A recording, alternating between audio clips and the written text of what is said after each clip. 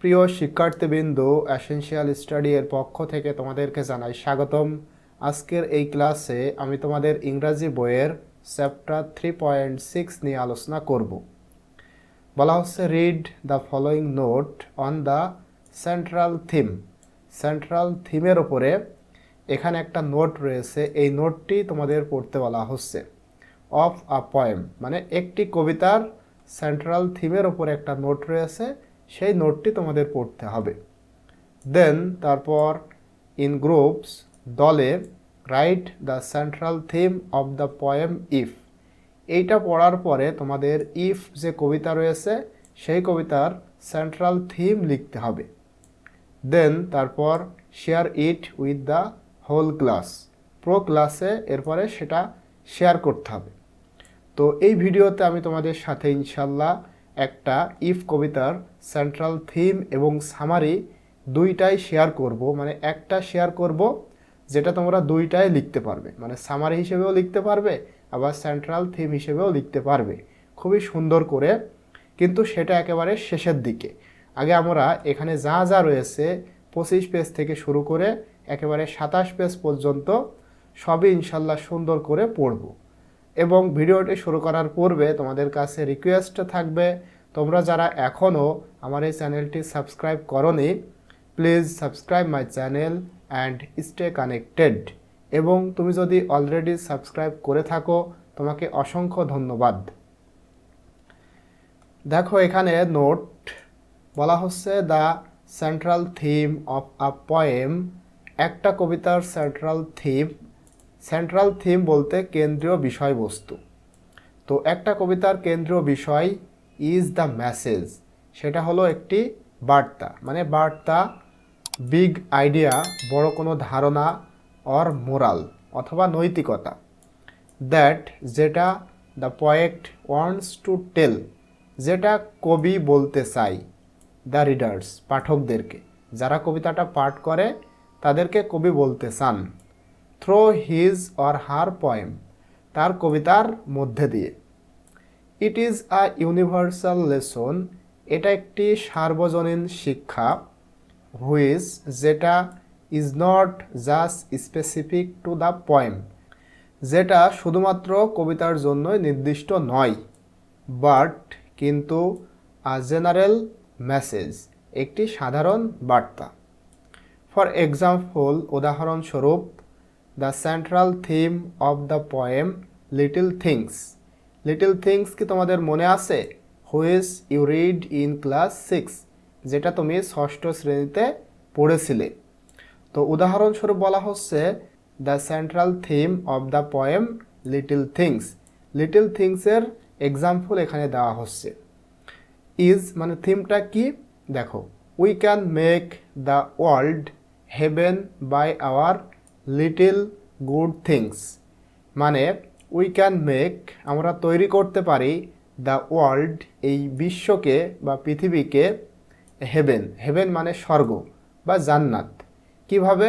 By our little good things, আমাদের ভালো ভালো কাজের দ্বারা।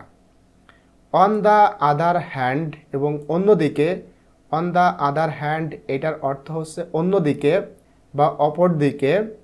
আওয়ার ইরোর্স, ইরোর্স মানে ভুল, আমাদের খারাপ খারাপ কাজ বা আমাদের ভুলগুলা, দো লিটিল নাও মানে আমাদের ভুলগুলা যদিও অনেক ছোট, ইভেনচুয়ালি ঘটনাক্রমে, মেক দ্য ওয়ার্ল্ড হেল তারপরেও এই বিশ্বকে কি করবে? হেল, হেল মানে নরক বা জাহান্নাম।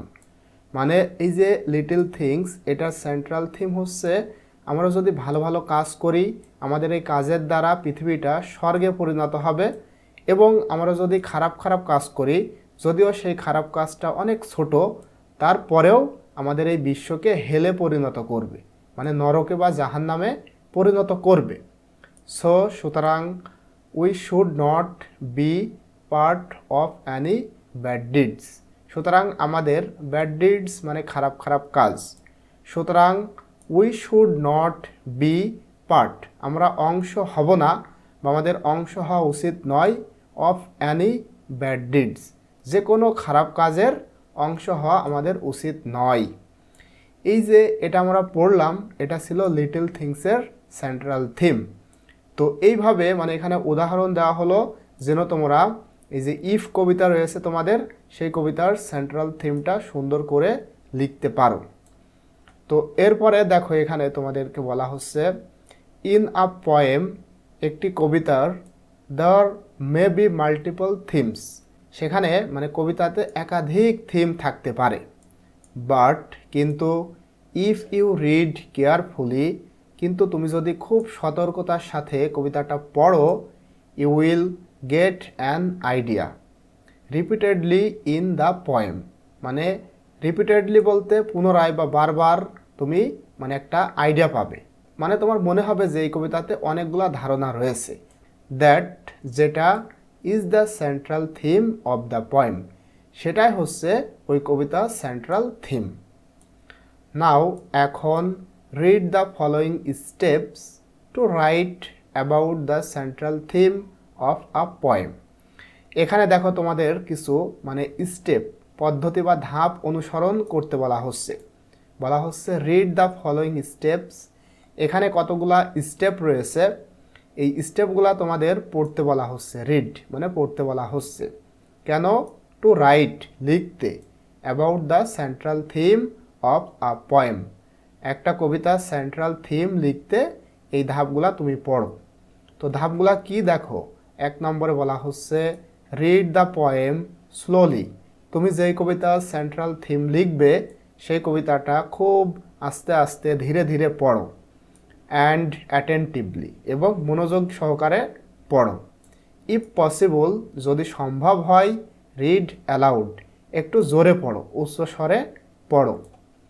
2 নম্বরে দেখো বলা হচ্ছে আইডেন্টিফাই, শনাক্তকরণ করো, দ্য ক্যারেক্টার্স, চরিত্রগুলা, সেটিংস, সেটিং বলতে এটা কোথায়, মানে এই কবিতাটা কোথায় রয়েছে, মানে কোন স্থানকে কেন্দ্র করে বা কোথায় অবস্থিত, সেইগুলা আইডেন্টিফাই করার চেষ্টা করো। ইমেজ, এই কবিতাতে যে সমস্ত ইমেজ রয়েছে, কল্পনা বা তোমার মনের মধ্যে এমন চিত্র ভেসে ওঠে, সেইগুলাও তুমি আইডেন্টিফাই করার চেষ্টা করো। এটসেট্রা, মানে আরও যা যা আছে সব কিছু শনাক্তকরণ করো ইন দ্য পোয়েম, এই কবিতার। 3 নম্বরে দেখো বলা হচ্ছে ওয়ান্স, একদা, you have understood the poem, তুমি যখন কবিতাটা বুঝতে পারবে বা কবিতাটা যখন তুমি এভাবে পড়বে, পড়ার পরে যখন তুমি বুঝবে, put it into your own words, তখন পুট ইট রাখো এটি, ইনটু ইউর ওন ওয়ার্ডস মানে তোমার নিজের ভাষায় তুমি এটা রাখো বলতে তুমি তোমার নিজের ভাষায় লিখো। তো 4 নম্বরে বলা হচ্ছে দেখো to get the central theme, মানে ওই কবিতার সেন্ট্রাল থিম পেতে, গেট মানে পাওয়া, পেতে, অফ দ্য পোয়েম মানে যেই কবিতাটা পড়বে সেই কবিতার সেন্ট্রাল থিম পেতে, আস্ক ইয়োরসেলফ, তোমার নিজেকে প্রশ্ন করো, দ্য ফলোয়িং কোয়েশ্চেন্স, কি প্রশ্ন? এই যে এখানে দেখো 4টা প্রশ্ন রয়েছে, এই 4টা প্রশ্ন তুমি তোমার নিজেকে করো। প্রথম প্রশ্নটা কি করবে? What are the repeated words, এই কবিতাতে রিপিটেড ওয়ার্ডস মানে বারবার ব্যবহার হয়েছে কোন শব্দগুলা, সেগুলা নিয়ে প্রশ্ন করো। ফ্রেজ, কোন ফ্রেজগুলা, অর অ্যাকশনস, অথবা কোন ক্রিয়াগুলা বা ভার্বগুলা বা কাজ বোঝাচ্ছে এমন ওয়ার্ড যেগুলা বারবার ব্যবহৃত হয়েছে ইন দ্য পোয়েম, সেই কবিতাতে, এই প্রশ্নটা করো। তার মানে এইটা তোমাকে খুব ভালো করে খুঁজতে হবে। তারপরে কি প্রশ্ন করবে? What is the poet's big idea about life or the world, এবং what is the poet's big idea, এই কবিতার মানে যেই কবিতাটা পড়বে সেই কবিতার যিনি কবি তার ধারণা কি, তার বড় ধারণা কি, অ্যাবাউট লাইফ জীবন সম্পর্কে, অর দ্য ওয়ার্ল্ড এবং এই বিশ্ব সম্পর্কে, এইটাও তুমি তোমার নিজেকে প্রশ্ন করো। এরপরে what have you learned from the poem, এবং এই কবিতা থেকে তুমি কি শিখতে পেরেছো সেই প্রশ্ন তুমি তোমার নিজেকে করো। What does it mean to you, এবং তুমি যেটা শিখবে তোমার কাছে এটার অর্থ কি, সেটার মানে কি, এই প্রশ্ন তুমি তোমার নিজেকে করো। এরপরে দেখো 5 নম্বরে বলা হচ্ছে নাও, এখন, ট্রাই টু আইডেন্টিফাই, শনাক্তকরণ করার চেষ্টা করো, the central theme of the poem, ওই কবিতার সেন্ট্রাল থিম শনাক্ত করার চেষ্টা করো।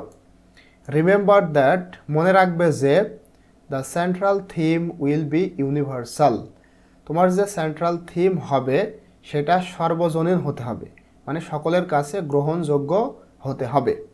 অ্যান্ড এবং you can write it in 1 or 2 or 3 sentences, এবং তুমি এটা লিখতে পারো একটা, দুইটা অথবা তিনটা বাক্যে। তো এরপরে দেখো বলা হচ্ছে it's time to right about the theme of the poem if, এখন ইফ কবিতার থিম লেখার সময়। তো তোমরা কিভাবে লিখবে এটা দেখো। ফার্স্টলি, প্রথমত রিড দ্য পোয়েম কেয়ারফুলি, খুব সতর্কতার সাথে কবিতাটা পড়ো। সেকেন্ডলি, দ্বিতীয়ত ডিসকাস হু টেলস, আলোচনা করো কে কথা বলতেছে। হোয়াট টু হুম, কার সাথে এবং কি কথা বলতেছে সেটা নিয়ে তোমাদের ডিসকাস করতে হবে। ইন দ্য পোয়েম, মানে এই কবিতায় কে কাকে কি বলতেছে সেটা তোমাদের ডিসকাস করতে হবে। তো তোমরা কিভাবে করতে পারো? You can start in this way, তুমি এভাবে আলোচনা করতে পারো। দেখো এখানে আমি লিখে দিয়েছি, তোমরা এভাবে লিখবে। ইন দ্য পোয়েম, এই কবিতায় the poet tells his son, কবিতার সন্তানকে বলতেছে দ্যাট, যে he should keep calm and patient, তাকে অবশ্যই শান্ত এবং ধৈর্যশীল হতে হবে। তো এইটা কিন্তু কবি তার সন্তানকে বলতেছে, যদিও সন্তানের কথা উল্লেখ নাই, কিন্তু এই কবিতাতে, ইফ কবিতাতে তার বাবা, মানে কোনো একটা বাবা তার সন্তানকে এভাবে সান্ত্বনা দিচ্ছে, এভাবে পরামর্শ দিচ্ছে যে তোমাকে অবশ্যই ধৈর্যশীল হতে হবে, শত ব্যর্থতার মাঝেও তোমাকে কি করতে হবে? প্রচেষ্টা চালিয়ে যেতে হবে সফলকাম হওয়ার জন্য। তো তোমরা চাইলে এখানে আরও কিছু লিখতে পারো অথবা এটুকুই লিখতে পারো। এরপরে দেখো 3 নম্বরে find out the important words and ideas of the poem. এরপরে এই কবিতার গুরুত্বপূর্ণ শব্দ এবং ধারণাগুলা খুঁজে বের করো। Like some of the important words of the poem are loss, রিক্স, সিনিউ, সার্ভ, উইল, এইগুলা কিন্তু ইম্পর্টেন্ট ওয়ার্ড। তো তোমরা এভাবে লিখতে পারো, আরও তোমরা তোমাদের মতো করেও এখানে লিখতে পারো। এরপরে দেখো এখানে বলা হচ্ছে 4 নম্বরে নাও, এখন write the poem in your own words. এরপরে এই কবিতাটা তোমার নিজের মতো করে লিখো, মানে এই কবিতাটা লিখো বলতে এই কবিতার থিমটা তোমার নিজের মতো করে লিখো। ফর এক্সাম্পল, উদাহরণস্বরূপ, ইউ ক্যান স্টার্ট, তুমি এভাবে শুরু করতে পারো। কিভাবে? ইন দ্য পোয়েম, এই কবিতায় the poet tells the readers, কবি পাঠকদেরকে বলতেছে, এখানে আবার পাঠকদেরকে দেওয়া হয়েছে, কিন্তু অ্যাকচুয়ালি আমরা যদি এ অর্থে দেখি কবি রিডার্স, যারা পাঠ করবে তাদেরকে বলতেছে, কিন্তু এই কবিতার যে হিডেন মিনিং, লুকায়িত অর্থ, তা হলো কোনো একটা বাবা তার সন্তানকে এভাবে পরামর্শ দিচ্ছে। তো এখানে যেহেতু রিডার্স উল্লেখ করে দিয়েছে, আমরা এভাবে লিখব, the poet tells the readers that, কবি পাঠকদেরকে বলতেছে যে, কি বলতেছে দেখো এখানে আমি লিখেছি, life is full of challenges, জীবন সমস্যায় পরিপূর্ণ, জীবন মোকাবেলায় পরিপূর্ণ। The poem emphasises versus such as patient, self confidence and perseverance. এই কবিতাটা জোর দেয় ভার্সু, গুণের দিক থেকে জোর দেয়, সাচ অ্যাজ যেমন, পেশেন্স মানে ধৈর্যশীল হতে হবে, সেলফ কনফিডেন্স আত্মবিশ্বাসী হতে হবে, অ্যান্ড পারজারভেন্স মানে অধ্যাবসায় হতে হবে। তো এইটা কিন্তু আমাদের মতো করে আমরা লিখতে পারি। এরপরে দেখো এখানে 5 নম্বরে বলা হচ্ছে, ফাইনালি, অবশেষে, write what you have learned from the poem, এই কবিতা থেকে তুমি কি শিখতে পেরেছো সেটা লিখো। ইউ ক্যান বিগিন উইথ, মানে তুমি এভাবে শুরু করতে পারো, আই হ্যাভ লার্ন দ্যাট, আমি শিখেছি যে, তারপরে এভাবে লিখতে পারো, এই যে এটুকু আমি লিখেছি, তুমি এভাবে লিখতে পারো। কি লিখবে? I have learn that success is not only about external achievements, সফলতা শুধু বাহ্যিক অর্জনই নয়, ইট ইজ ইন্টারনাল এনার্জি, এটা অভ্যন্তরীণ শক্তি, এটা আমি শিখতে পেরেছি। এরপরে দেখো এখানে বলা হচ্ছে 6 নম্বরে before sharing it with the whole class, পুরো ক্লাসে শেয়ার করার পূর্বে চেক করো the central theme of the poem, মানে এই কবিতার সেন্ট্রাল থিমটা একটু চেক করে নাও। Is the general truth of our lives বা লাইভস, এটা আমাদের জন্য যে সত্য, সাধারণভাবে এটা সত্য কি সেটা একটু চেক করে নাও। এরপরে দেখো নাও, এখন share it with the whole class, check করা হয়ে গেলে পুরো ক্লাসে এটা শেয়ার করো।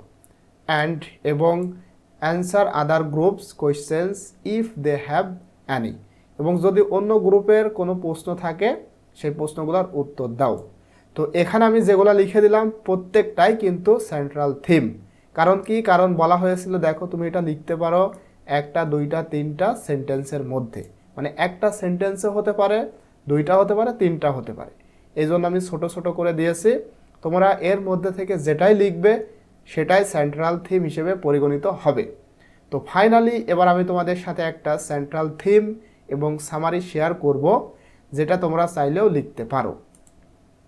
এখানে দেখো আমি অলরেডি সেটা লিখে রেখেছি, খুবই সুন্দর এবং ছোট করে লিখেছি যেন তোমরা সহজেই বুঝতে পারো, এবং বাংলা অর্থ আমি এখানে লিখে দিয়েছি।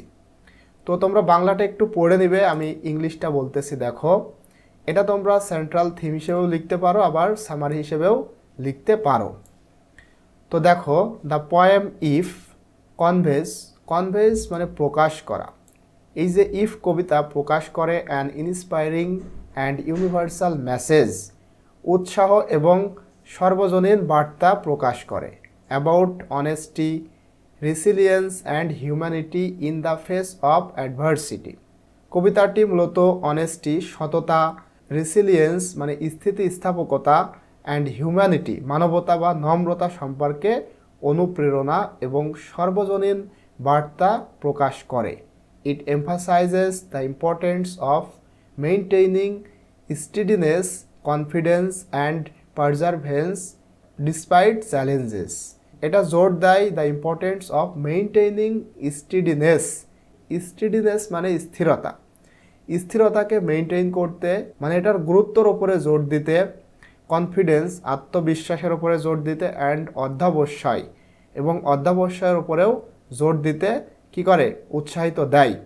ডিসপাইট চ্যালেঞ্জেস, যদিও প্রতিকূলতা বা অনেক চ্যালেঞ্জ রয়েছে তারপরেও, মানে কখনোই ব্যর্থতাকে স্থান না দিয়ে আমাদেরকে সামনের দিকে ইনশাল্লাহ এগিয়ে যেতে হবে।